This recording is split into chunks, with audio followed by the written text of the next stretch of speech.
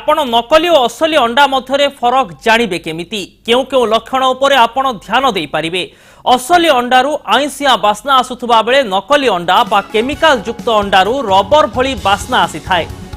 असली अंडा सिझिला परे कोमल रहुथुबा बेले नकली अंडा सिझिला परे अधिक टाण हो जाई थाए।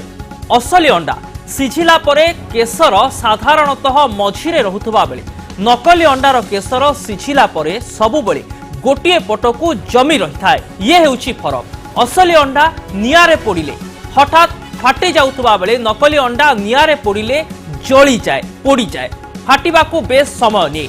साधारणतः अंडा सिझिबा पई 5 रु 10 मिनिट समय लागुथुबा बेले नकली अंडा अल्प गरम रे भी सिझि जाई थाए।